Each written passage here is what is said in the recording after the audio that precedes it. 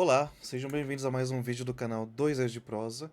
Hoje trarei para vocês um livro que para mim é muito especial, de um escritor que também, por sua vez, é muito especial para mim, em toda a minha vida, que é Pedra Bonita, do José Lins do Rego, tá bom? Primeiramente, eu quero falar que toda a obra do José Lins do Rego, na minha vida, né, foi especial, principalmente ali livros como Pureza, Menino de Engenho, Doidinho, um pouquinho do Banguê, nem tanto Banguê assim, não gostei tanto. Água Mãe, também gostei pra caramba. Fogo Morto, na época eu li, eu tinha meus 8 anos, eu não gostei muito, eu não compreendi na época. Creio que hoje em dia, se eu reler, eu teria uma visão diferente da que eu tive naquela época, né? Porém, o livro que mais me marcou nesse tempo foi, sim, Pedra Bonita, tá? Não tanto pelo que normalmente as pessoas veem na obra do José Lins do Rego, que é essa parte mais sociológica, que é uma descrição de como era a sociedade brasileira ali por volta de 1900, né, quando a sociedade brasileira tinha saído do período imperial para o período da República, né, da Velha República. Toda essa camada do romance, ela é muito importante, sim, ela faz parte da nossa história, mas nem de longe é tão importante assim, nem é tão importante assim, nem foi tão importante assim pra mim lá no passado, tá bom? O que mais foi importante pra mim foi justamente como que o Bentinho se sentia isolado do mundo, assim como Carlinhos, né, na trilogia original, que é um menino de engenho, se sentia também, por sua vez, muito isolado, uma pessoa distanciada de todos, né, não conseguia se abrir com ninguém. É, esse é um tema que se repete ao longo dos livros do José Lins do Rego. Creio que no livro Os Cangaceiros e Fogo Morto esse tema esteja melhor desenvolvido que até mesmo no Pedra Bonita, tá? É, enfim, mas ainda assim é um bom livro para mim. Hoje em dia, com uma visão mais madura, né, eu reli esse livro 2 vezes para fazer esse vídeo. Então, eu acho que hoje em dia, para mim, a minha visão está muito mais amadurecida a respeito do livro, da minha vida e da vida em geral, tá? Então é por isso que eu trago esse livro hoje, nesse vídeo. Quero também compartilhar com vocês como que eu o interpreto e como que esse livro pode interpretar a vida das pessoas, tanto das pessoas daquela época quanto das pessoas de hoje em dia, né? Eu creio que todo esse modernismo nordestino não tenha ficado parado no tempo dos cangaceiros, né, do sertanejo. Muito pelo contrário, conseguem ser muito atual, ainda mais a respeito de pessoas com quem eu convivo, certo? Então, primeiramente, eu gostaria de começar com a biografia do José Luiz do Rego. Biografia bem simples, tá? Para falar algumas informações bem básicas e sucintas. Primeiramente, ele nasceu a 3 de junho de 1901, no engenho Corredor da sua família. Muito cedo já perdeu sua mãe, ela morreu quando ele tinha 9 meses de idade. Puta, nem sequer conheceu a própria mãe, tá bom? Ele não teve uma vida difícil, porque ele vinha de uma família bem não estruturada, mas financeiramente bem estruturada, tá bom? Teve acesso a colégios bons, conheceu muito bons escritores durante sua jornada na vida. Isso lhe proporcionou uma educação de qualidade, realmente, né? Eu creio que esse convívio com os escritores tenha sido muito mais benéfico do que propriamente ser instruído numa escola boa, num colégio e tudo mais. Ele conheceu uma pessoa que seria muito importante na sua vida, que é o escritor Gilberto Freire, em 1923. Gilberto Freire, se eu não me engano, foi a pessoa que o fez mudar da crítica literária para a ficção, né? Então, graças a ele, nós temos aqui hoje em dia toda a obra ficcional do José Lins do Rego. Tem também ali a obra cronista, a crítica literária assim, né? Eu não li, não me importo com isso. Eu realmente não gosto dessa parte da obra dele. O que eu li não me agradou nem um pouco. talvez se eu reler hoje me agrade, mas enfim, não é algo que me interesse, tá? Crítica literária assim, no mais das vezes é só um ou outro crítico, tá? Falando aqui do Brasil, Otto Maria Carpo, Rodrigo Gurgel, né? E entre outros que são um pouco mais conhecidos. De forma geral, assim, não me interessa muito, tá? Continuando com a biografia dele, José Lins do Rego, aos seus 30 anos, publica seu primeiro livro, Menino de Engenho. É, consequente, conse, em conse, opa, desculpa. Sucessivamente, ao longo dos anos, ele publica mais livros. Ali no começo foi um livro por ano, muita coisa, né? Muitas pessoas aqui acabavam por chamá-lo de um escritor que só sabia falar sobre sua biografia. Não é bem verdade, tá? Por mais que haja sim uma autobiografia em seus livros, não tem como negar que ele tinha sim um dom literário, ele tinha um dom imaginativo muito forte, tá bom? O nosso livro aqui, Pedra Bonita, foi escrito em 1938, ele foi publicado, na verdade, né? E a sua continuação direta em 1953, um pouco antes da sua morte por hepatopatia, tá? Então, infelizmente, José Lins do Rego morreu muito cedo. Bom, ele não viveu muito. Teve uma vida literária muito farta, publicou muitos livros, é bem dizer, né?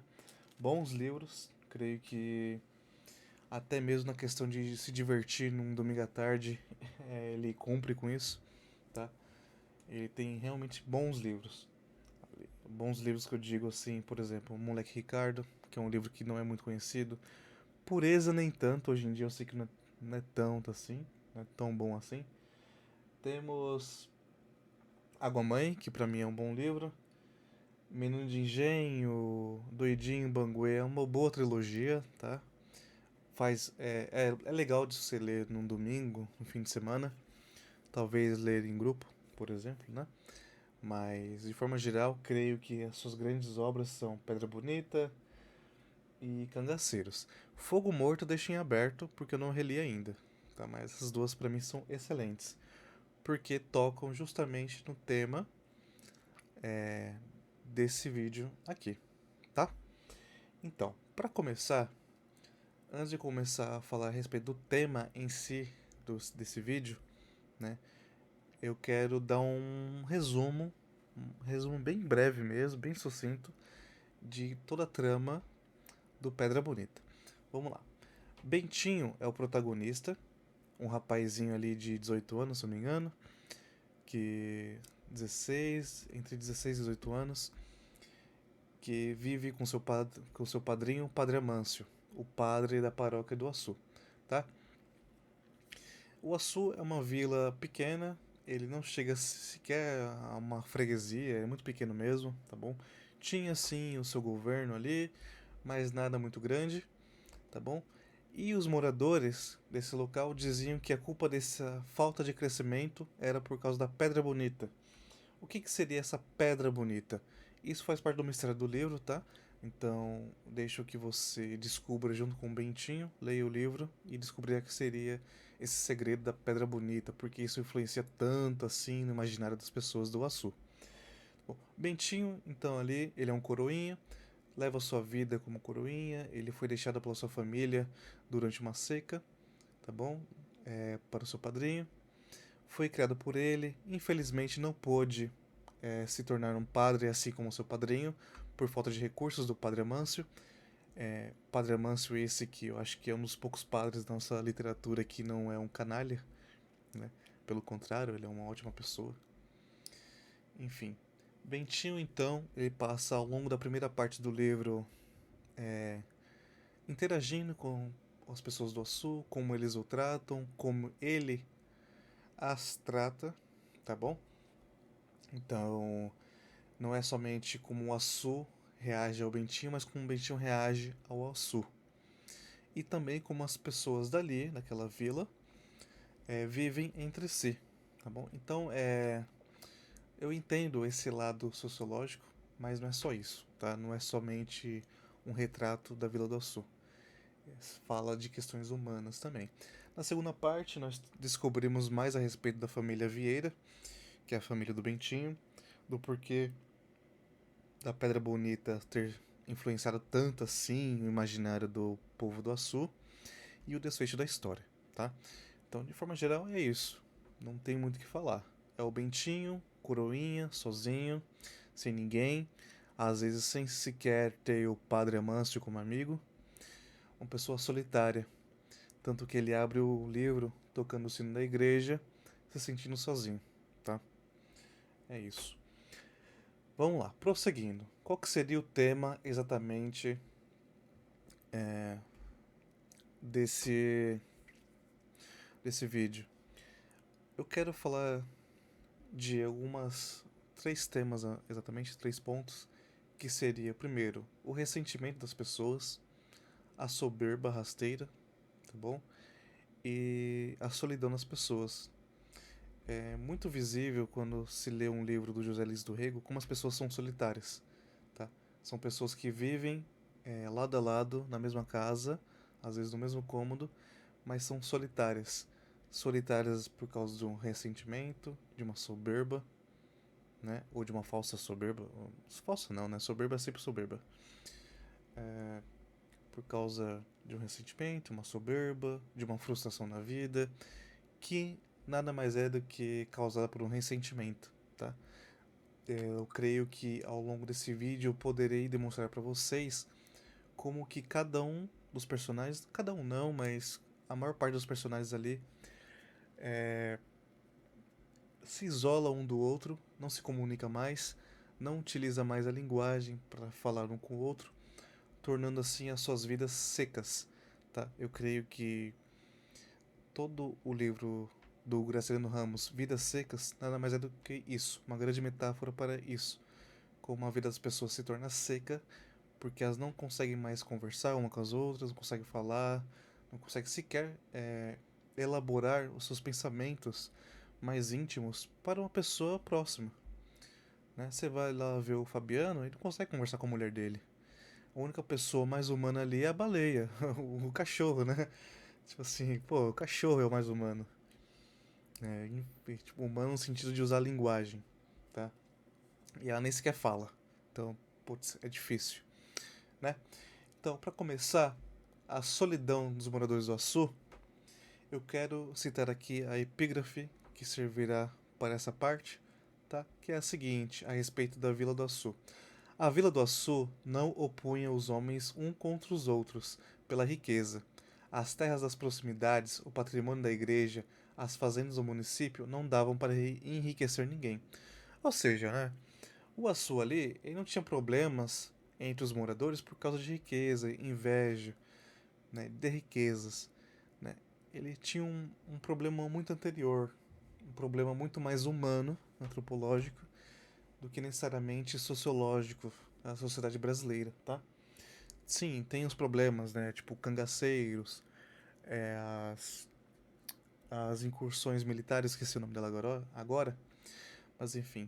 Tinha esse problema, a seca também assolava todo mundo, as chagas, né? Pobreza naquela época. Sim, tudo isso influenciava, sim. Existe, sim, esse aspecto sociológico.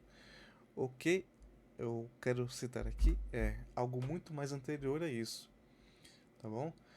Então, não quero falar aqui da condição propriamente dita industrial e econômica, tá bom? Eu quero falar do isolamento do povo entre si, tá bom? Como as pessoas estão atomizadas por causa de seus ressentimentos e soberba, certo? Para tanto, comecemos a falar sobre as desavenças entre si. Eu comecei a falar como que as pessoas têm um certo ressentimento uma com a outra e como isso influencia a relação delas entre si, tá? No dia a dia até. Para começar, vamos falar de dois rivais ali da política, rivais políticos que refletem muito bem como que é a política até de hoje em dia, né? É muito comum que direita e esquerda hoje em dia fiquem de gracinha uma com a outra. E o Major Evangelista e o Coronel Clarimundo exemplificam muito bem como que são as figuras políticas, tanto daquela época quanto de hoje, tá? E não só as figuras políticas, mas as pessoas normais, tá? Porque um político nada mais é que uma pessoa, né? Um político não é um alienígena que veio do céu e começou a mandar todo mundo, tá bom? Para começar, vamos com uma citação aqui do livro, que é a seguinte: o coronel Clarimundo não se dava com o major evangelista. O orgulho do major, o seu jeito de falar superior a todos, irritaram o negociante até o ponto de se separarem para sempre. Reparando bem, aquela inimizade viera por uma tolice. O coronel se lembrava. Fora mesmo por uma tolice, por causa da festa da padroeira. Uma questão tola. Ele queria uma coisa e o major outra. E por fim, trocas de palavras e a separação de 20 anos. O major só fazia voltar nos candidatos do governo. E ali defronte viam-se há anos, sem se darem um bom dia. Quando morrera a mulher do coletor, não fora ao enterro. Tivera vontade, ainda chegara a vestir o seu terno preto, a pedido da mulher, mas resistira. Não sabia como o major o receberia, com que cara, e se não seria capaz de lhe fazer uma desfeita. Ou seja, que, né, os dois começaram uma rivalidade boba, por motivo bobo, tá bom? Não é dito no livro, tá? Não se diz qual que foi exatamente esse motivo da briga, tá? E nem é questão aqui, sabe qual que é? Porque quem tem um rival sabe que não é exatamente o que importa a primeira briga, o que importa a rivalidade em si. Bom, tanto essa rivalidade era tão grande que os dois sequer tinham, né, capacidade de falar um com o outro como dois seres humanos. Não dava nem sequer bom dia. A mulher de um morre, né? A mulher do major evangelista morreu. O Clarimundo sequer teve a coragem de ir lá no enterro e falar meus pêsames. Tamanho que é a rivalidade, tá? E isso pode soar um pouco estranho, mas muita pessoa é assim, né? Muita pessoa é ressentida uma com a outra. Se você for para pensar mesmo no seu cotidiano, as pessoas têm esse ressentimento uma com a outra tão forte que não conseguem mais serem carinhosos umas com as outras, tá bom? E estamos falando aqui de pessoas próximas, tá? Não estamos falando aqui de um inimigo político que vive lá no lá lá lá, entendeu? Lá no lá lá lá, pra não dizer outra coisa, tá? E isso aqui, né? Isso aqui se estende para todas as relações, tá? Não só relações político-comerciais, tá bom? E como que é, então? Como que essas pessoas ressentidas umas com as outras tentam revidar, né, esse ressentimento? Como tentam se sentir superiores ao seu rival? Um exemplo aqui do Major. O Major amava os pássaros cantadores. O coronel Clarimundo podia se encher nos negócios, na compra do algodão. Nada para ele estava valendo.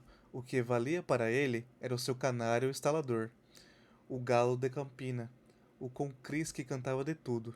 Esmagava assim a riqueza do coronel Clarimundo com a arte de seus prisioneiros tratados como príncipes. Ou seja, né? O Major se ressentia assim daquele sucesso comercial do Clarimundo, mas na cabeça dele achava que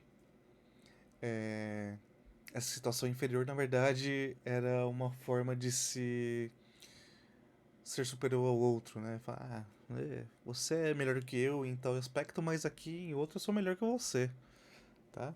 É sempre assim, tá? Vai dizer que não é. Tipo assim, se você dizer pra mim que você nunca fez isso na sua vida, tá mentindo, tá? Ah, mas todo mundo faz isso. Eu faço isso, tá bom? Não tem ninguém que escape, tá bom? Mais um exemplo aqui de como que é essa relação entre dois rivais, tá? É quando houve um desentendimento entre o juiz e o Padre Amâncio. O Padre Amâncio é uma pessoa muito importante nesse livro, tá? Ele diretamente está ligado aos acontecimentos do Açu. E ele está no Açu por causa de uma missão pessoal, certo? Ele está ali por causa de uma missão. Descobriremos mais adiante, tá bom? Qual que foi o desentendimento entre o juiz e o padre, tá? Para começar, começou a briga por causa do filho do juiz, que se metia na igreja, abusando da bondade do padre Amâncio. Depois foi o sermão, o grito de protesto do padre contra o escândalo que o juiz estava dando. O padre Amâncio não teve dúvida. Subiu ao púlpito e protestou contra aqueles que deviam dar exemplos aos mais humildes e que, no entanto, davam espetáculos de falta de compostura. Todo mundo sabia com quem era. Depois disto, o Dr. Carmo andou espalhando que rasgaria a batina do padre e a luta se desencadeou feroz. Tá? Então, obviamente, né, o Major Evangelista ficou do lado do padre, tá bom? No início. O Clarimundo ficou ali na dele, né? Não falou, nem vou ficar aqui de um lado nem do outro. Mas também, obviamente, não fiquei do lado do padre, porque o evangelista estava do lado do padre. Entendeu? Se o meu rival tá ali, eu não estou do lado dele. Sou o contrário, tá? Você pode ver isso muito em política também. Teve um caso aí de vereadores que votaram a favor de um projeto de redução de cargos, se eu não me engano, na Câmara. Não, deputados não, vereadores. Porque a oposição fez um joguinho mental de que, vou votar não contra o meu próprio projeto, assim os idiotas vão votar sim, só porque são rivais. Isso daí é um exemplo, tá bom? O que acontecia nessa época acontece agora. Tá? É a mesma coisa. Eu tô até risada disso. É engraçado pra mim, né? Obviamente. Seguindo aqui, né, no caso, dando um exemplo de vingancinha, que eu acho que é muito comum nas histórias dos José Lins do Rego e também na nossa vida cotidiana. A gente tem ressentimento contra alguém fez alguma coisa contra nós, né? E a gente, em vez de confrontar essa pessoa diretamente, nós queremos fazer uma vingancinha. Um exemplo. Eu trabalhava muito tempo de vigilante e um vigilante veio até mim uma vez, começou a falar que ele tinha um certo problema em uma outra empresa que ele tivera, certo? Um problema em outra empresa com um porteiro, o qual sempre delatava todo mundo para os superiores. Então o que esse vigilante fez contra esse porteiro? Um dia, quando o porteiro pedira para ele um copo de café, o vigilante foi lá da copa, pegou o café, mijou dentro e deu pro porteiro. Ou seja, em vez de ele resolver essa questão diretamente com o cara, não. Ele praticou uma vingancinha, como o juiz fez aqui com o Padre Amâncio. Vamos ver aqui, ó. O juiz preparara um bumba meu boi para desfeitar o vigário, e o boi andou de rua fora dançando, cantando. Ô Mateus, no chicote do capitão. Ô Mateus, cadê o boi? Senhor, o boi morreu. E lá vinha um padre com uma batina rasgada, obviamente o Padre Amâncio, né? A representação dele. Ô Mateus gritava para ele: Seu padre mestre, não seja tão mal, dance aquele passo do pinica-pau. Então, e o padre saía dançando, fazendo trejeitos horríveis. Esse é o tipo de vingança que as pessoas praticavam e que as pessoas praticam até hoje. Tá? É muito comum isso aqui. Principalmente em trabalho. Você, por exemplo, quer fazer uma coisa no trabalho e os outros não concordam com você, ou você deixou de ajudar alguém porque você não podia mesmo, realmente não podia, sinceramente. As pessoas vão virar a cara, não vão querer almoçar com você mais, vão falar de você pelas costas e tudo mais, achando que assim estão agindo corretamente. Não estão, tá bom? E essa situação, essa rivalidade ali, teve um certo ponto que culminou no seguinte: diziam na vila que fora filha do coronel Clarimundo, educada no colégio das freiras de Guaranhus, que fizeram o pai ficar do lado do padre. O juiz passou a dizer o diabo do prefeito, e o major evangelista, tão partidário do padre no começo, dera para fazer restrições a vacilar, desde que seu inimigo se decidira pelo outro lado. Ou seja, né? Assim que o Clarimundo começou a defender o padre, o evangelista que no começo fora partidário do padre, começou a vacilar, pô, peraí, se meu rival tá falando que é tal coisa, eu acho que não é, né? Ah, mas você não pensava isso? Mas meu rival tá falando que é verdade agora, então eu acho que é mentira. Então assim, não é questão de, assim, do certo ou errado, né? A questão é o que o meu rival está dizendo, fazendo. Então, de acordo com o meu rival, eu agirei de uma outra forma, seja ao encontro ou de encontro ao que ele fez, tá bom? Seguindo aqui para falar sobre a discórdia na família evangelista, falaremos ainda a respeito do Major Evangelista, porém agora com a Dona Fausta, sua filha, tá bom? Dona Fausta é uma personagem muito interessante. Ela não se reduz somente a esse problema com o Major Evangelista, tá? Eu acho que ela é uma personagem ali que poderia muito bem fazer parte de um romance de Dostoiévski, assim como a Dona Eufrásia. Tá? Eu a veria muito bem no papel de Nastácia Filipovna, por exemplo. Tá? Qual que era a questão ali, a situação entre a filha e o pai? Novamente uma citação do livro, tá? A filha do major, solteirona, Dona Fausta, tinha ódio aos pássaros do pai. Aqueles desgraçados lhe haviam roubado, desde a meninice, o pai. A mãe se queixava todos os dias daquela idiotice do João Evangelista para com as gaiolas. A família não existia para ele. Dona Fausta odiava os canários. Tudo que era passarinho, aquela cantoria de todos os dias devia doer-lhe nos ouvidos. E quando algum amanhecia morto, esticado na gaiola, era um júbilo para ela. Tá? Então, Dona Fausta, ela se ressentia muito com o pai, assim como a sua mãe se ressentira antes de morrer, por causa dessa paixão louca pelos canários. Uma paixão que, sinceramente, não existia ali para com ela, nem para com a mãe. Tanto é que é, ela chega mesmo a falar que ela não entendia por que o pai se importava tanto assim com os passarinhos, com as parasitas, são flores, né? E não com ela nem com a mãe. Então tinha esse ressentimento sim entre pai e filha, tá? E chegava também a Dona Fausta a fazer uma vingancinha contra o pai, que era a seguinte: Dona Fausta se dava com a mulher do Coronel Clarimundo, o rival do Major Evangelista, sem que o Major soubesse. Era uma amizade como um namoro proibido, às escondidas. Fora ela mesma que se oferecera para abordar o enxoval da filha do coronel e não quisera um vintém. Fazia aquilo tomando uma vingança, certo? Ou seja, ela fez tudo aquilo só para se vingar do pai. Ela não chegou no pai e falou assim, pô pai, por que você não me dá atenção? Eu sei que é difícil, tá? Eu não vou falar que é fácil. Novamente, eu sei como que é, tá? Não é fácil. Mas as pessoas, os brasileiros preferem uma vingancinha a resolver, a confrontar a situação real, tá? Então, o que seria mais fácil aqui? Fazer vingancinha, né? Óbvio. Difícil mesmo é você sentar com a pessoa, conversar, tentar modificar e às vezes aceitar que não vai mudar nada da sua vida. Não adianta você querer, às vezes só você querer não vai adiantar. A outra pessoa que está ali, com quem você tem problemas, também tem que querer, né? E infelizmente a maior parte das pessoas não querem, certo? E como que essa situação começou? Ela começou da seguinte maneira, mais uma citação. Os dois não se falavam desde a morte da mulher do major. Pai e filha dentro de casa como dois inimigos. Aquilo dera que falar no açu. Depois passara e ninguém sabia nem indagava da inimizade dos dois. Dona Fausta era sempre a mesma e o Major Evangelista era sempre o mesmo. Ou seja, depois da morte da mulher, desandou tudo, né? Sim, ninguém mais se falava com ninguém, ninguém se importava de falar com o outro, sempre presumia tudo, né?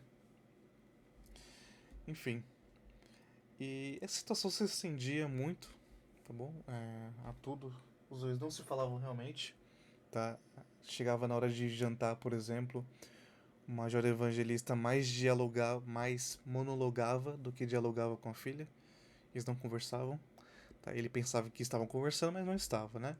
Porque para ele queria vencer essa mudez esse mutismo, né? Mudez não, desculpa, mutismo da filha, falando dos canários e das parasitas, o que justamente fazia com que o sangue da Dona Fausta fervesse, né? Pô, esse velho não se toca, né? Justamente sobre os meus inimigos ele quer conversar comigo. Comigo, sério, aí não dá, né? Major Evangelista também não se tocava, tá bom? Ela dizia mesmo, ela dizia assim no livro a respeito dos canários e parasitas. Aquilo levava a manhã inteira até a hora do café. Por fim, saía de casa a Dona Fausta. Ah, saía de casa, Major Evangelista. E Dona Fausta ficava só no meio de todos aqueles inimigos, de seus ódios. Agora, com os ataques aumentaram, os seus rancores, se tivesse força, quebraria tudo, mataria tudo. Ou seja, Ela odiava aquilo tudo, tá bom? Não os canários em si, mas o que eles representavam para o seu rival, o seu pai, tá bom? Mais pra frente na história, Dona Fausta, ainda na primeira parte do livro, ela adoece. Por quê? Leia o livro, você vai entender o porquê. Ela começa a ter uns ataques de histeria, tá? E o Major Evangelista não aguenta, né? Ele não aguenta toda a situação pesada, as pessoas do Açu falando a respeito da filha dele, e ele sem poder fazer alguma coisa. Sem poder fazer e sem saber o que fazer, né? Sem ter forças para fazer alguma coisa. Conforme a citação a seguir, que é a seguinte, ó. O vento sacudia as orquídeas dependuradas. A filha na sala de jantar bordava de cabeça baixa. O major foi para o seu quarto e gritou que queria uma xícara de café. A criada não respondeu. Ele levantou-se e viu a filha na cozinha preparando, atiçando o fogo. Pobre filha. Foi andando para perto dela e teve vontade de fazer-lhe um agrado. Tinha vontade de tê-la nos seus braços. Coitada. Gritava daquele jeito, sofria tanto. O café já vai, disse Dona Fausta sem olhar para ele. A sua Fausta, com a voz rouca, áspera, olhou para a filha. Ainda persistia o seu desejo. Teve medo. E foi voltando para o seu quarto, com uma coisa esquisita, um sofrimento no coração. E o major começou a chorar como no dia em que lhe morrera a mulher, com a franja da rede cobrindo a cara para que ninguém visse, para que ninguém soubesse que ele chorava. Ou seja, novamente, está sofrendo sozinho, solidão. Tá? Clarimundo, que era dono de todo o algodão, de toda a riqueza do açu, aquele salu no fim da rua fora sua esperança. Pensara que ele pudesse fazer sombra ao adversário de 20 anos. Mas qual? Ninguém podia com Clarimundo. Prefeito, tudo ele era na terra. Filhas nos colégios das freiras, educadas, sabendo tocar piano, e a sua Fausta dando ataques, bordando, trabalhando, ridicularizada por um sujeito da marca do Paiva. Terra infame, gente infame. Novamente aqui, né, abre parênteses, como que o rival está sempre presente na vida do outro, né? Até nesse momento de tristeza, ele sempre está se preocupado de como que o rival vai olhar para ele e vai pensar a respeito dele, certo? Continuando aqui a citação, tá? Fecha parênteses. Aí a filha chegou com o café, deixou-o em cima da mesa e saiu de cara dura, indiferente, com um rancor secreto contra ele. Ainda pensou em chamá-la. Iriam embora dali. Aposentava-se com 40 anos de serviço. Viveria noutro lugar, onde ninguém souber das dores e doenças dela, tá? Então aqui é todo o relato de como que o Major se sentia naquela situação a respeito da doença da filha, tá?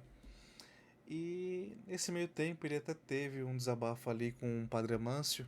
Por ser padre, ele tinha adquirido essa confiança das pessoas. As pessoas realmente se abriam com ele. Claro, né? Se abriam para mais se desabafar do que procurar uma resolução dos problemas. Tá? E o desabafo foi esse. Mas o major queria se abrir, depois de começar a falar com o padre, tá? E falou para o padre Amâncio como se estivesse num confessionário. Ele não era muito da igreja, não porque não acreditasse. O padre sabia. Nunca dera desgosto a vigário nenhum ali no açu. Era um infeliz. Nascera aquela filha. Criara a menina como a mãe bem quisera. Não se metera na criação, embora muitas vezes se arrependesse. Fora um grande erro. Devia ter entrado com a sua força. Abandonar a moça. Ela era até bem comportada. E sucedera o que estava sucedendo. Aqueles ataques, a filha calada dentro de casa, como uma muda. Se tivesse recursos, tê-la ia levado no começo aos médicos de Camaru. Quis levá-la ao Recife, mas os recursos não davam, e agora era o que se via. A Fausta, cada dia que se passava, pior ia ficando. Tinha até medo de uma desgraça, tá bom? Nesse momento, todo esse desabafo ele é cortado pelo ataque de histérico da Dona Fausta, tá bom? E ela diz nesse ataque histérico, o porquê, né, de ter tanta raiva assim, e fala que é por causa dele. É bem direto mesmo, assim. E ele reage da seguinte forma: quantas vezes não se assustara, não se apavorara só em pensar na morte da filha, e verificara naquele instante que Fausta o odiava. nunca pensara que aquele silêncio fosse uma agressão contra ele, o Major Evangelista, o pai dela. Tomava-o como esquisitice. Agora vê que não era. Era odiado pela filha. Então, isso tudo contribui para que o Major Evangelista, né, começasse a se embebedar, tá bom? Por causa da filha. Posteriormente, ele foi destituído do seu cargo na prefeitura, ficou pobre, ele foi humilhado pelo rival, tá bom? Humilhado pelas pessoas do Açu e morreu de tanto beber. Tá? Então esse é o fim dessa pessoa, né? Esse é o fim das pessoas normalmente. Elas vão morrer sempre assim, de ressentimento. Infelizmente é uma realidade, tá? Eu não vejo na história do Major Evangelista nada que não seja diferente das outras pessoas aqui no Brasil, tá? Enfim, então não vou me delongar a respeito disso, tá? Não quero tocar em feridas. Vamos falar agora das explosões de Maximina. Maximina, ele era uma pessoa afrodescendente, uma pessoa negra, que não era uma ex-escrava, tá bom? Era uma pessoa liberta, normal, não era de ninguém. Porém, ela acabou sendo uma serva do Padre Amâncio. Ela cuidava ali da igreja, do Padre Amâncio e também do Bentinho. Porém, às vezes, né, ela tinha umas recaídas da bebida. Ninguém sabia onde ela tomava, mas ela sempre bebia. E o que acontecia era o seguinte: às vezes Maximina ficava mais alegre, os olhos ficavam vermelhos e ela dava para falar. Ela, que de costume era quieta e desconfiada, fazia o serviço cantando e depois saía à rua fazendo visitas. Entrava de casa em casa, ria-se alto, dava gaitadas, não respeitando ninguém. Ou seja, ela entrava na casa das pessoas para humilhar as pessoas, né? É incrível essa parte, muita risada. Todo mundo sabia o que era. Era coisa antiga em Maximina. Ou seja, essa pessoa aqui, ela vivia pra. Tipo assim, sempre em atitude muito servil, tá? Ela, ela sempre foi uma pessoa muito dócil, servil, humilde. Humilde. Mas tinha uma outra vez que ela tinha essas explosões da personalidade, né? Ela queria ali, de vez em quando, como faz o amanuense Belmiro, tacar o travesseiro pela janela, né? Tipo, tacar um travesseiro ou é chinelo, ou é sapato. Enfim, tinha essas explosões, né? Depois relaxava. O Padre Amâncio sabia disso. Ele tentou no começo evitar que isso acontecesse, mas não conseguiu, né? Ninguém. Infelizmente ninguém consegue evitar, né? Todo mundo tem que ter um alívio. E a Maximine tinha esse alívio para ela, tá bom? Agora, para falar sobre a Dona Eufrásia, a soberba da irmã. Dona Eufrásia é um personagem muito interessante. Tá? Eu acho que ela pode causar uma certa raiva do leitor, porque ela mexe muito com o Bentinho, mexe muito com o Padre Amâncio, fala mal de todo mundo, tá bom? E ela, inclusive, odiava a vida que Amâncio decidiu levar, tá? Na citação a seguir, a irmã brigava com o irmão, censurava aquele relaxamento, aquele abandono da vida, e trazia-lhe exemplos. Visse ele o padre de Goiânia, que era cônego, que tinha, que casa tinha, que bens possuía. Não era aquele gosto pela pobreza do irmão. Melhor seria se ele tivesse ido para frade e andasse pelo mundo, de barba grande e de alpercatas, como os capuchinhos da penha, fazendo missões. Ou seja, ela não gostava da ideia do Padre Amâncio ter se tornado Padre Amâncio. Ela achava que o irmão tinha que ter sido uma pessoa diferente, ter ido para a faculdade, conseguir um emprego melhor, de médico, doutor, bacharel. Bacharel. Naquela época muito interessante, né, ser bacharel. Não padre, ainda mais um padre pobre, né, pô. Ser padre, beleza, mas pobre? Aí não dava. Só que Padre Amâncio, ele só dava risada, só fazia rir, né? Sim. E é muito característico que, por um lado, ela odiava essa vida dele, por outro, ela tinha uma soberba muito grande em cima do Padre Amâncio. Ela tinha, sim, um ressentimento, né? Ela queria que ele tivesse sido uma pessoa grande, né? Um Napoleão, por exemplo, certo? Ou, sei lá, um bispo, né? Porém, ela também não deixava que ninguém falasse dele, né? Como, por exemplo, numa manhã clara de janeiro, ouviu Dona Eufrásia seu irmão cantando a primeira missa. Sentiu vontade de chorar. Amâncio bonito, cheio de vida, com aqueles seus olhos azuis, metido nos paramentos, rezando o ofício santo com uma gravidade do velho. Mas eram lágrimas que não vinham da dor, que não nasciam também da alegria. Fora um choro diferente. Amâncio, o seu irmão, entregava-se a Deus. Seria padre. Só padre. Tá? Ou seja, não seria nada além disso. Não seria ninguém grande. Né? Ela não estava triste, mas também não estava feliz. Bom, eu diria que aqui é a soberba, né? Ela estava soberba só. Por quê? Porque sempre defendia o irmão, tá? Ela nunca foi de falar mal do irmão para outras pessoas. E ai de quem falasse um A contra o Amâncio, viu? Se falasse um A na frente dela, ai rapaz, ela rodava a baiana. Era perigoso ela bater em alguém por causa disso, tá? E também é uma muito engraçado ver aqui o seguinte, Dona Eufrásia também tinha ressentimentos contra o seu marido, que por sua vez também gostava de passarinhos. Por que será, né? Por que será que esse homem também gostava de passarinhos, como Major Evangelista? Que é o seguinte, na citação. Lá em Goiânia estava o seu marido, um ente desprezível, um homem que desde os primeiros dias de seu casamento lhe causara um nojo irrefreável, e ela sentia que o cordeiro não merecia o seu juízo. Era cruel para com ele, sempre tão submissa à sua vontade, mas fazia-lhe o asco o contato. O amor com ele era uma indignidade. Podia tê-lo deixado e ter vindo viver com Amâncio. Seria, porém, uma ruindade. Esperou, esperou que viesse um filho. Esperou muito, até que se foram todas as esperanças. E tanto viveu com o marido que se acostumou. Fora vencida pelo hábito. Havia até quem se acostumasse com uma chaga. Tá? Mais uma metáfora aqui, chagas, tá? Chaga no sentido de sofrimento moral, né? De um ressentimento, tá? Dona Eufrásia, assim como muitas pessoas, não tinha forças de sair da situação. Tá? Ela tinha sim meios. Ela não saía da situação por outros motivos, tá? Como eu também não saí de situações da minha vida por falta de forças minhas. Eu tinha sim saída. Não saía porque eu não quis. Tá? Então, sim, pensa nisso, tá bom? Não julgue Dona Eufrásia como um ser muito distante de você, nem de mim.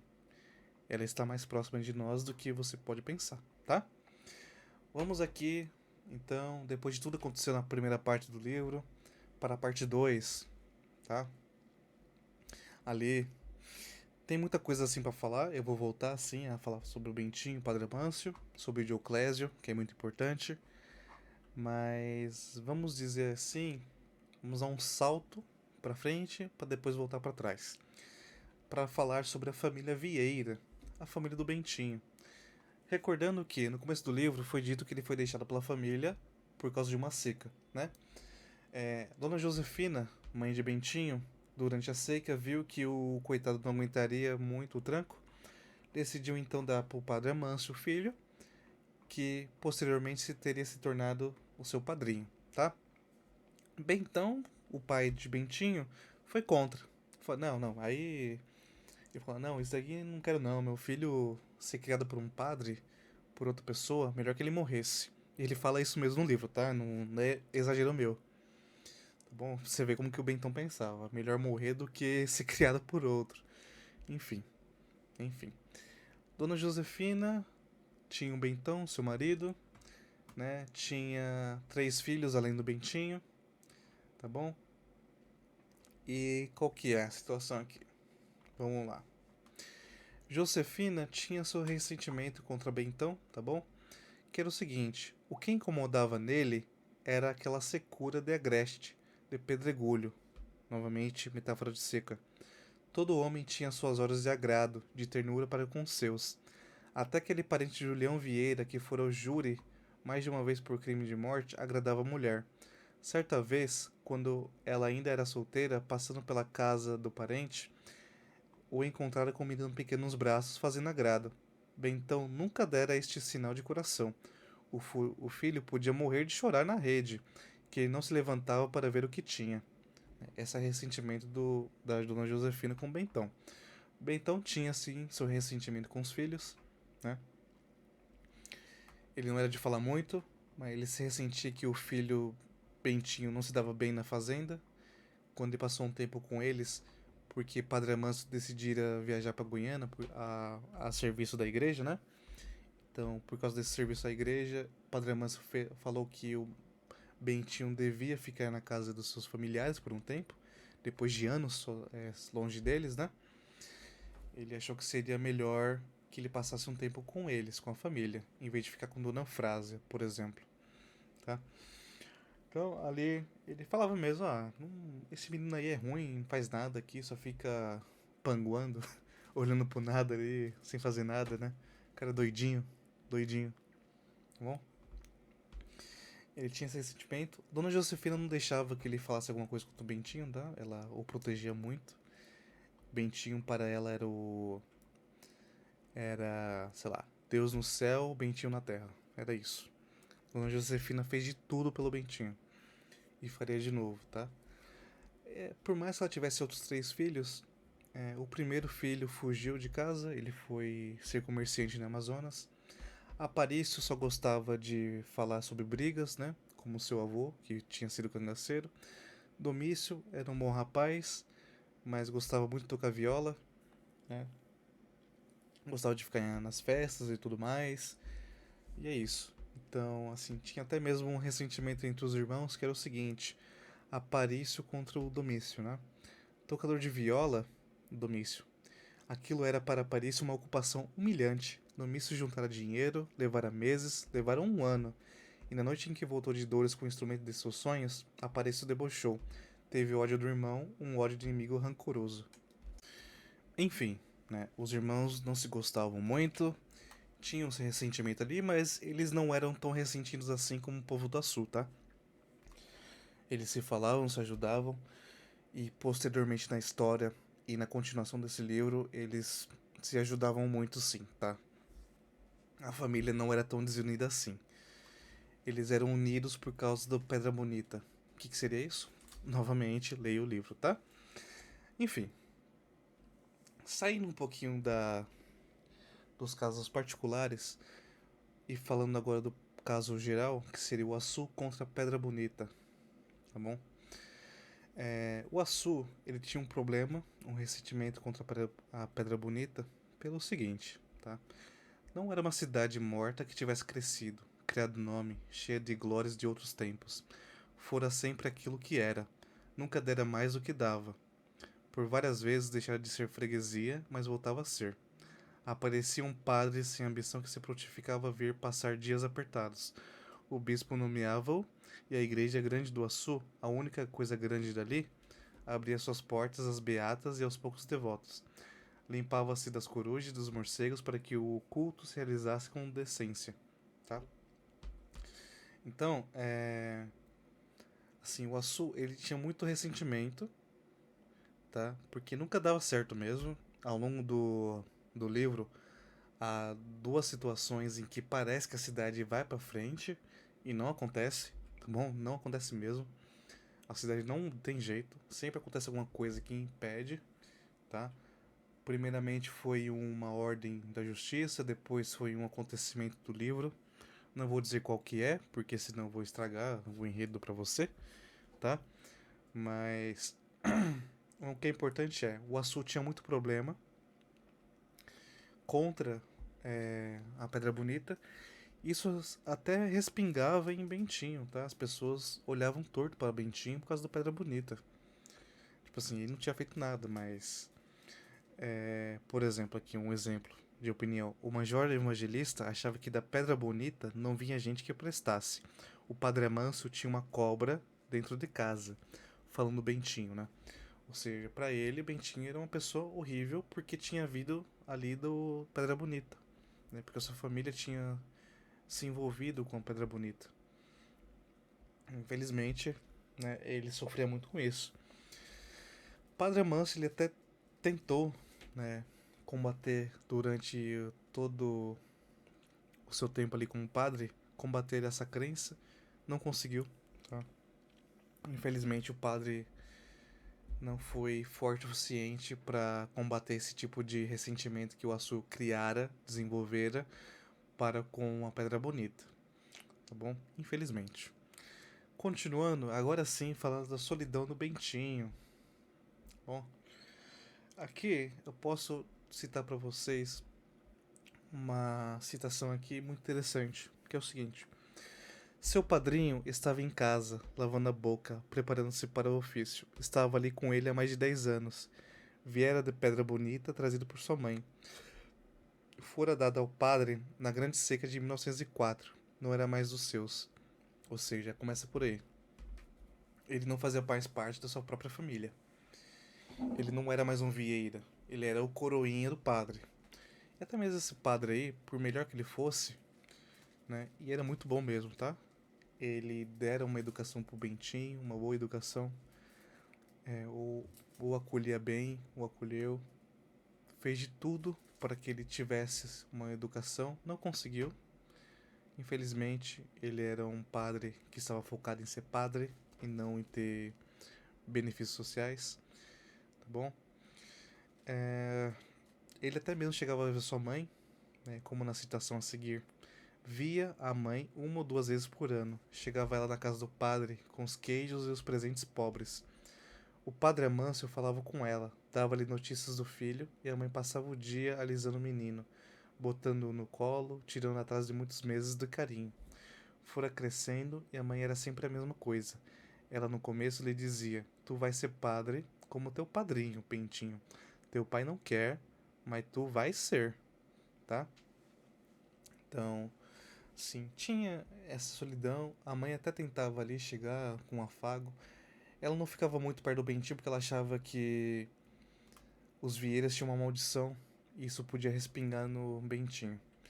De certa forma, foi o que aconteceu, né? Mas não do jeito que ela pensava que fosse acontecer. Foi por outro motivo. Como eu já falei, tinha assim o problema do Assu contra a Pedra Bonita, tá bom? Ele não tinha amigos, as pessoas zombavam dele, os rapazes zombavam dele, tá bom? Ele tinha um certo problema ali, um problema mais de relação sexual, que é muito melhor, muito mais bem explorada no livro Pureza, pelo José Lins do Rego, que é a falta de conhecimento, né, das relações sexuais. Ele não tinha isso. E ele se ressentia, né, contra os rapazes. Enfim, né, coisa de garoto, né? É comum rapazes de novos falarem sobre esse tipo de besteira, né? Achar que porque teve relação sexual é melhor que o outro, né? Porque tava no puteiro é melhor que o outro, né? Besteira. Mas já é um tipo de educação que vem desde sempre, tá? A situação muda um pouquinho quando o seu amigo Dioclésio chega na cidade. O que é o Dioclésio? Quem é esse cara? Dioclésio é um tocador de viola que vai de cidade em cidade tocando viola, cantando para as pessoas, cantando nas casas das pessoas, recebendo do seu toque de viola o seu sustento, tá? E os dois tiveram uma boa amizade ali, enquanto o Dioclésio ficou no Açu, até ele ser expulso, né? Obviamente. E o Dioclésio disse para Bentinho o seguinte: menino, dizia-lhe Dioclésio, terra de gente viver é lá para as bandas do sul. Tu nunca viste o que é terra bonita. Eu andei de navio, montei em trem de vapor, vi o mundo, que não era essa desgraça do sertão. Só estou aqui por causa de família. Menino, família é a perdição de um mundo. Tá bom? E seguindo também esse conhecimento com Dioclésio, ele percebeu que aquele homem era fantástico. Ele admirou o Dioclésio. Ele se deslumbrou com Dioclésio e o tomou como modelo. Ele queria ser, Bentinho queria ser Dioclésio, tá? Tanto é que o Dioclésio deu ao Bentinho uma nova vida, conforme a citação. Sim, estava virando poeta. Uma coisa começava a existir para ele fora do cotidiano. Um desejo de fugir do lugar em que estava. Não era para ser grande, ganhar dinheiro, ser importante. querer dizer alguma coisa aos outros, botar o seu coração para agir. O que é muito engraçado, porque o Bentinho não faz isso.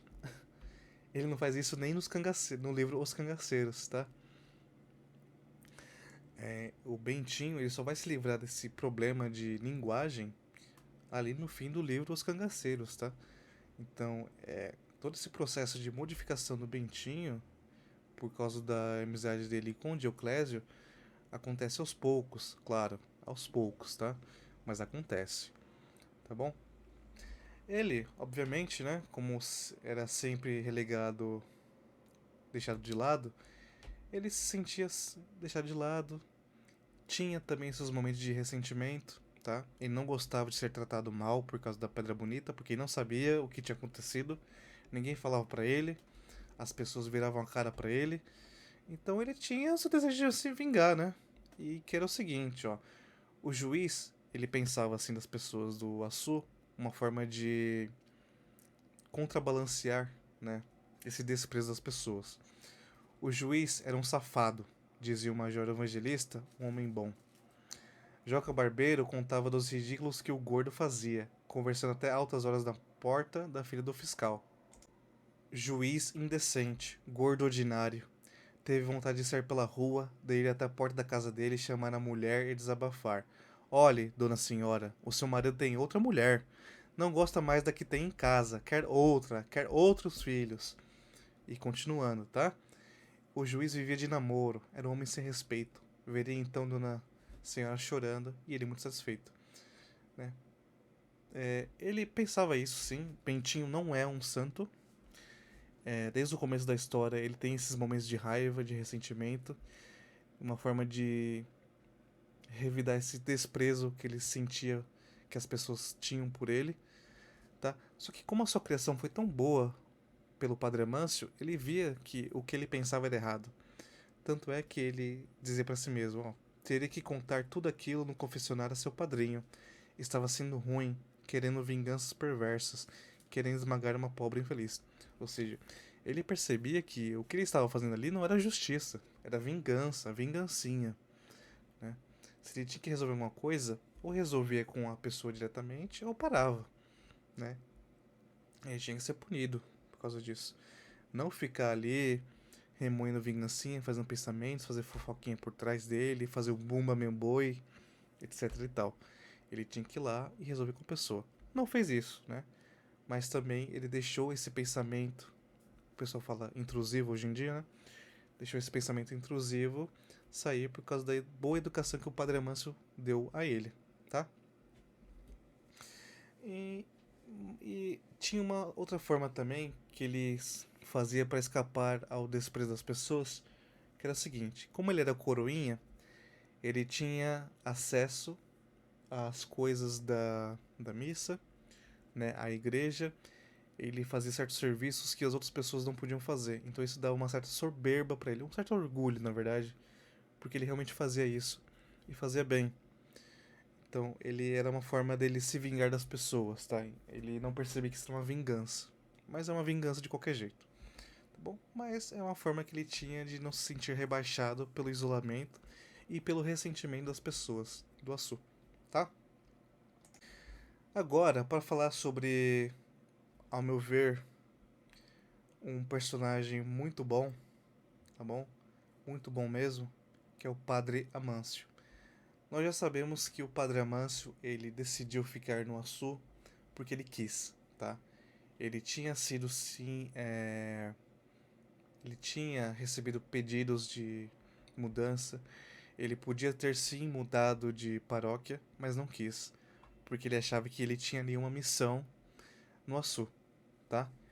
E era muito comum, por exemplo, as pessoas olharem pro padre, né, no começo e falar assim, esse padre aí, novinho, bonitinho, veio aqui só pra, né, coisar com as mulheres. E até mesmo a mulher do sacristão ficou mal falada na cidade por causa disso. Mas depois o povo da Sul viu que o Padre Amâncio era realmente uma boa pessoa, tá? Ele é um tipo de pessoa que acordava de madrugada para fazer batismo, acordava de madrugada para fazer um velório e enterro de alguém, ele dava caixão para as pessoas, ele não se importava de vender alguma coisa dele para ajudar alguém, de tirar a própria roupa para ajudar um pobre. Ele era uma boa pessoa. Não era um padre sacana como normalmente nós vemos nas histórias da literatura brasileira, tá? E portuguesa também. Para começar, o padre Amâncio só se importava com a igreja. Como assim, ó? Uma citação que é interessante e elucidativa. O nada que recebia dos paroquianos, padre Amâncio empregava na sua igreja, mas precisara certa vez ir até o bispo pedir alguma coisa para os seus santos, que perdiam a carnação que eles botavam. Deram-lhe o auxílio, mas lhe falaram de uma possível transladação de algumas das imagens para outros templos que pudessem com as despesas. O padre Amâncio sentiu a advertência como se propusesse arrancar de sua casa um filho para entregar a misericórdia de estranhos. Então deu para sair pelo estado de sacola na mão, pedindo pela sua matriz. Os padres das outras freguesias, a princípio, se aborreceram com a intromissão do vigário do Açu, que ficasse ele no seu canto. Mas o padre Amâncio trocava, dava-se de graça para as missas cantadas, para os sermões, contando que o deixasse em paz. De sacola na mão, pedindo a um e a outro para que pudesse manter a sua igreja com a dignidade precisa. As suas batinas surradas, as suas botinas em petição de miséria não queriam dizer nada. Para ele valia que o manto de Nossa Senhora da Conceição fosse mesmo um manto digno da Mãe de Deus, tá? Então aqui é um exemplo de como que o Padre Amâncio se esforçava para deixar a igreja boa, tá bom? Ele não se importava com a própria imagem, ele se importava de deixar a sua igreja, a sua paróquia, a sua matriz em estado decente, tá? Não decente não, é estado ótimo mesmo, tá? Ele realmente se esforçava para isso. Ele também combatia injustiças, tá? Como naquele caso do juiz. Ele não deu para trás não, viu? Ele olhou de frente ali, confrontou o juiz. Quando o juiz tentou prender o Bentinho, ele se intrometeu também, falou: não vai levar ninguém aqui, só levar por cima de mim. Ele se intrometia em tudo. Quando era da justiça para ser feito, ele fazia mesmo. Ele não recuava para ninguém, tá? Ele era sim uma pessoa muito forte, tá? Uma pessoa que tinha uma fortaleza espiritual muito grande. E desde quando vem esse desejo do padre Amâncio de ser padre? Desde sempre, tá? Amâncio, novamente uma citação, sempre fora aquilo mesmo, aquela ternura, aquele coração de ouro de lei. O pai os criara, pois ficara viúvo logo cedo. Amâncio, mais velho, e ela, Dona Eufrásia, entregues às amas, enquanto o doutor Lemos de Souza, juiz municipal de Iguaraçu, fazia sua vida. Iguaraçu era triste, e a infância que levaram por lá, sem mãe, sem parentes, foi um tempo infeliz. Amâncio pegara-se logo com o padre, vivendo na igreja dando as missas, nas bênçãos, sempre com aquela ideia de ser padre. Ou seja, o padre Amâncio já sempre foi uma boa pessoa e viu na vocação religiosa uma forma de continuar a ser essa boa pessoa. Tá? Ele não queria ser outra pessoa, ele queria ser essa pessoa que fazia o bem para todos. Tá bom? E mesmo diante da história da Pedra Bonita, né? Amâncio não trepidou. Ele falou: não, vou continuar aqui, eu quero isso, é ponto. Ele escolheu o Açu, não foi por acaso. Tá? E Dona Eufrásia até falava a respeito disso. Ela comentava o seguinte: chegara a escrever ao irmão para desistir, contando as coisas horríveis que soubera da terra. Uma carta comprida e a resposta de Amâncio fora dando a notícia do seu embarque. Deus o mandava para lá. No meio de piores feras estivera Jesus na terra. Para ele, o sacerdócio não seria um caminho por cima de rosas. Dona Eufrásia sentiu na carta do irmão a primeira advertência séria que ele lhe fizera. Deixara então que ele fosse. E o marido não teria mais o direito de comentar em casa a resolução de Amâncio. Fora de seu gosto e ninguém poderia dar votos. O fato é que Dona Eufrásia, sempre que estava no sul, não se conformava com a vida do irmão. Ela via que o padre malhava em ferro frio. Ou seja, todo mundo via ali que o padre ele se dedicava horrores pelo Açu, né? Ele dedicava mesmo, tá? Ele fazia de tudo mesmo. Ele saía numa viagem para fazer um velório, fazer missa, voltava, já saía de novo. Bom, ele não media esforços, tá? Ele media esforços para os outros, tipo assim, ah, Bentinho, você foi comigo nessa viagem, na outra você não vai, vai o sacristão, tá? Então ele tinha, assim, essa ideia de que os outros não tinham a missão dele. A missão era dele, não dos outros, tá? E durante todo o livro ele faz boas ações. Talvez não tenha feito tudo certinho. Ele era humano, como todo mundo. E infelizmente ele teve a sua derrota, tá? Aqui eu quero que você que não queira levar um spoiler, que você pare, tá bom? E volte só depois, no fim do vídeo, tá bom? Quando eu botar uma frase de encerramento. Porque eu vou dizer aqui o que aconteceu, tá? Padre Amâncio, ele vai até Pedra Bonita, porque lá tinha surgido um novo santo. E nesse local ele tenta conversar com aquele santo, não consegue. Ele viu que não tinha forças para medir com aquele santo. Ele se sentiu derrotado. E essa derrota foi a seguinte: o outro, o santo, arrebatava o povo, enchia o povo de esperanças, de desejos. O padre era bom, era de todo mundo, mas não ofereceu o impossível, uma vida diferente. Domício acreditava. Bento sentia que havia alguma coisa, um mistério qualquer com o qual o seu padrinho não podia. Ele mesmo se assustava, temia que terminasse acreditando nas histórias da pedra, certo? E infelizmente o Padre Manso ele tenta conversar com o santo, não conseguiu, vai para casa. Ele passa muito mal, ele fica de cama, acamado, e pede que o Bentinho vá buscar, né, um padre para lhe fazer a última comunhão, né? Eu esqueci agora, me desculpa, eu não sou católico. A última confissão. Bentinho então tem essa missão e também descobre que na Pedra Bonita, onde a sua família está, né, por causa do santo, descobre que o exército está indo lá para matar as pessoas, massacrar de novo, né, repetir o que aconteceu na Pedra Bonita há um tempo atrás. Então ele tem duas opções: ou ele vai buscar um padre para o seu padrinho se confessar, ou ele volta para a Pedra Bonita, né, e ajuda o seu povo a fugir de lá, né, porque senão eles seriam massacrados. E o que o Bentinho faz? Ele faz o seguinte, a última frase do livro: e Bento partiu a galope para a Pedra Bonita. Enfim, esse é o fim, tá? De todo esse vídeo a respeito da Pedra Bonita. Eu espero que tenham gostado até aqui. Me desculpe se por algum motivo eu não tenha sido claro o suficiente para você. Tá? Eu não quis falar muito a respeito da história, do enredo, porque senão perde um pouco da graça. Qual é a graça de eu falar tudo aqui? Eu quero incentivar que você leia. Né? É um bom livro, tá? Tem algumas ressalvas. Eu admiro muito esse livro, mas eu sei que tem alguns poréns. O primeiro porém, ele pode ser maçante, tá?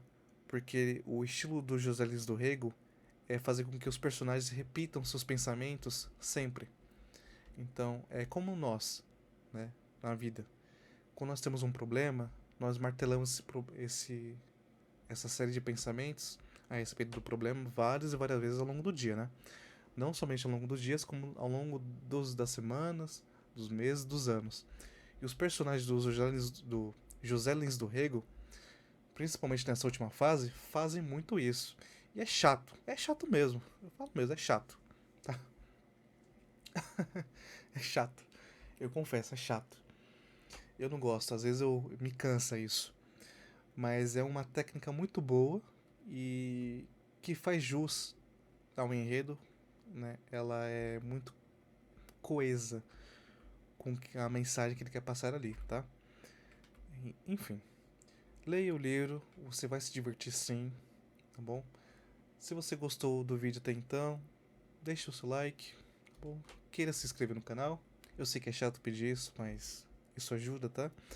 Quanto mais likes eu recebo, visualizações e membros, e inscritos, né, no caso, mais eu sei que meu trabalho está indo bem e eu sei que vocês gostaram do que eu fiz, tá bom? Obrigado pela assistência e até mais.